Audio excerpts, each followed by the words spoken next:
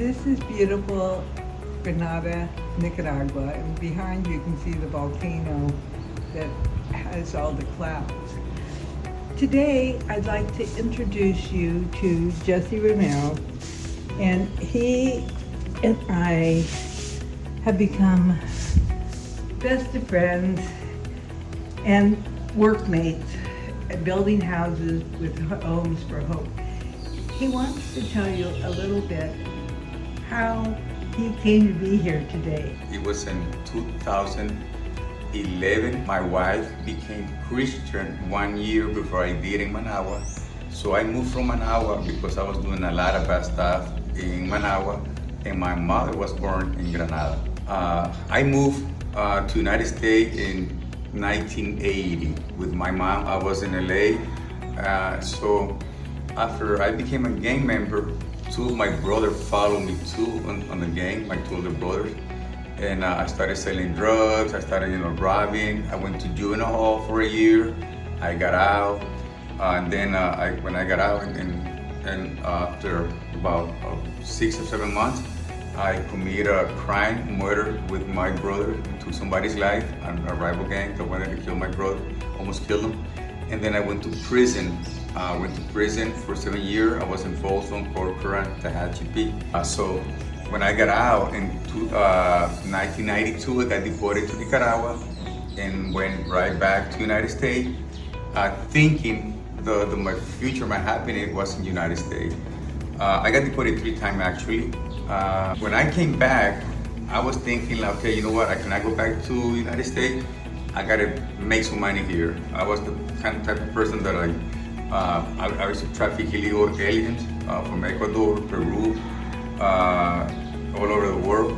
And I used to traffic, make money. But at the time, I was still a drug addict.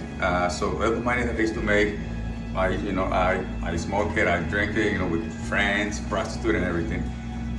That lasted till 2006. And when I said, you know what, I had enough. I had already like 6 kids with 3 different moms. So I went back with Johanna, my actual wife right now. And she accepted me back. She noticed that I had a bad addiction. I was a crack addict for 30 years. So when we went to the market in Granada, I ran into Mario, which I knew him from LA, from gangs and everything. And he had asked me if I wanted to translate for this team. And I was like, no, I'm not interested, because I was stuttered big time. And then he told me that it was Christian girls, they were 16, 17, and not to be, afraid of anything. I goes, nah, I don't care. And my wife told me, you know what, God has something to do with you, with your life. And they told me they were gonna pay me $25 a day. As soon as they said that, the first thing that came to my mind, it was crack. Okay, I'm gonna use the money to buy some crack after I finish the 5-day translating.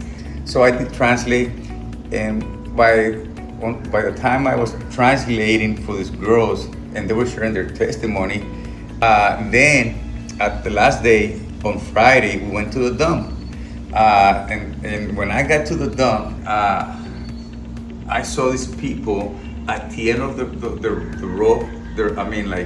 They were getting food from the dump, and I was like complaining about my life. And this is what the girls told me. They say, you know what, Jesse, try Jesus Christ. And I kind of believed it, but I said, you know what, I'll give it a try. So I start going to the church. I don't know, I'm still here by the grace of God. I became a better father, better son, better friend. I met Terry. When I met her, I was like, I don't know if I'm gonna get on with this lady. But it was everything the opposite. But she told me, it's like, okay, I got this basket for these people, but I want to make sure it gets to them. We went the December, and everything was moved. Since then, we have built 500 houses and about 50 latrines, which it has made a lot of difference on people's life.